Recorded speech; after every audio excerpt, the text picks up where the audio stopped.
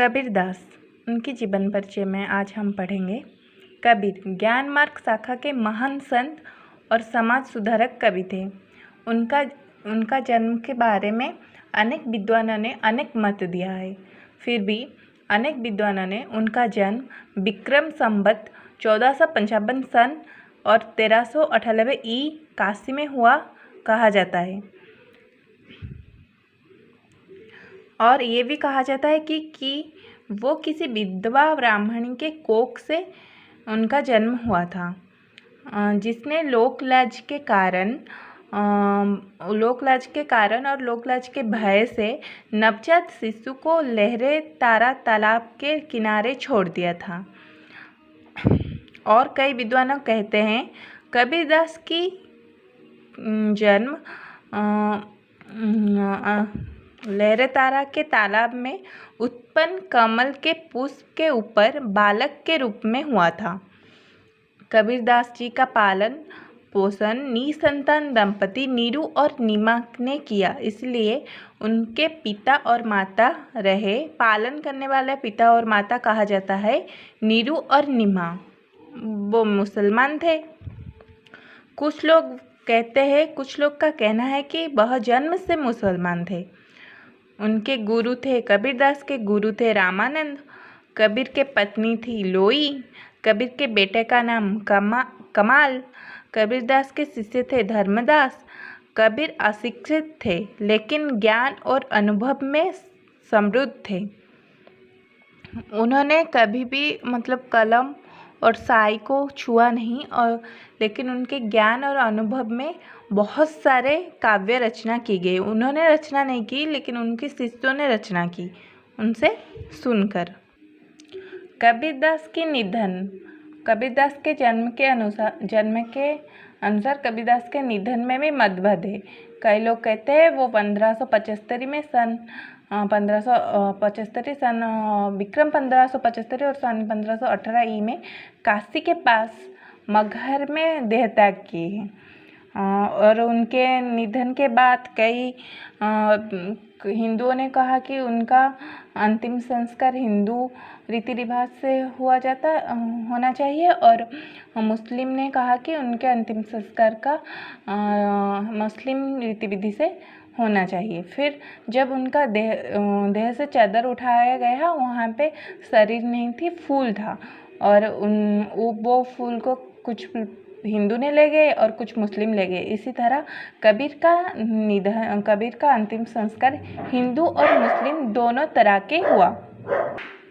कबीर के समाधि स्थल काशी के पास मगहर में है। रचनाएं। कबीर की रचनाएं है साखी, दूसरा है सबद और तीसरी है रमेनी किसे कहा जाता है? रमेनी पद शैली में सिद्धांतों का विवेचन को रमेनी कहा जाता है। उनका भाषा है ब्रज भाषा। सबद जो पद गेय हो सकता है, जो पद को गाया जा सकता है, उसका भाषा है ब्रज भाषा। साखी गुरु वचन और संसार व्यवहारिक ज्ञान देने वाली रचना। जो रचना गुरु वचन और संसार के व्यवहारिक ज्ञान देता है, उसे साखी कहा जाता है। कबीरदास के प्रमुख ग्रंथ है बीजक। आचार्य हजारी प्रसाद द्विवेदी ने कबीरदास को कहा कि वाणी का डिटेक्टर। आचार्य रामचंद्र शुक्ल कबीर की भाषा को पंचमेल खिचड़ी कहते हैं। कबीर हिंदी के सर्वप्रथम रहस्यवादी कवि हैं। कबीर की रचनाएं में सिद्धों, नाथों और सूफी संतों के सिद्धांत से प्रभावित। कबीर का काव्य धर्म के बाह्य आडंबर को विरोध किया गया है। कबीरदास धार्मिक पाखंड का खंडन करते हुए कहते हैं कि मुसलमान के पाखंड पर जोरदार प्रहार करते हुए वे कहते हैं कि जोर से अजान देकर तुम क्या खुदा को बहरा समझते रहे हो? कांकर पाथर ज्योरी के मस्जिद लई चिनाया ता चढ़ी मुला वागदे क्या बाहिरा हुआ खुदाया। ईश्वर आडंबर प्रिय नहीं है। वह घंटा बजाने से, तीर्थों में रहने, स्नान करने से नहीं मिलते। वह तो घट घट बासी है और उसका साक्षात अंतःकरण में हो सकता है। मूर्ति पूजा के विरोध करके कबीर ने कहा है कि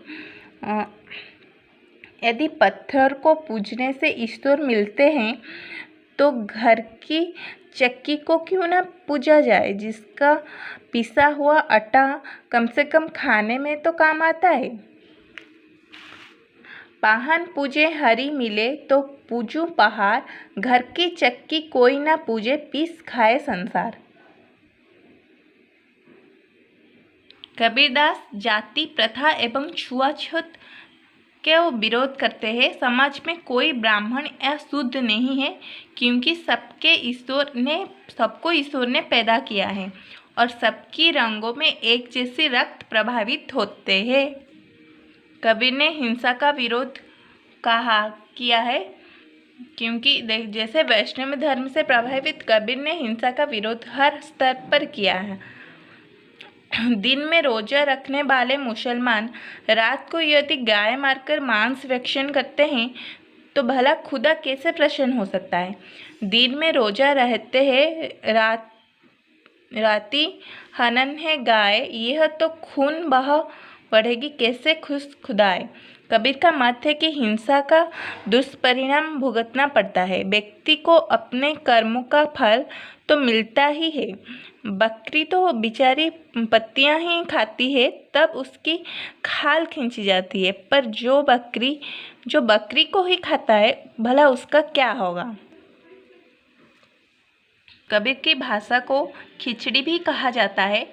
पूर्व जनपद भाषा शुद्ध कड़ी भाषा। कबीर की रचनाओं में अनेक भाषा मिलते हैं, क्योंकि वो तरह तरह की जगह घूमते हैं और उन्होंने कभी कलम और स्याही को छुआ नहीं। वो बस अपनी अंतर्ज्ञान, मतलब जो उन्होंने अनुभव किया वो ही उसका ज्ञान देते हैं, इसलिए वो तरह तरह की जगह बोलते हैं। इसलिए उनकी भाषा में अनेक रचनाओं में अनेक भाषा मिलते हैं, जैसे अरबी, फारसी, पंजाबी, बुंदेलखंडी, ब्रजभाषा, खड़ी बोली। कबीर का मूल मंत्र था, मैं कहता आँखें की देखी, तू कहता कागज की लिखी। निर्गुण भक्ति धारा के प्रमुख कवि थे। Thank you.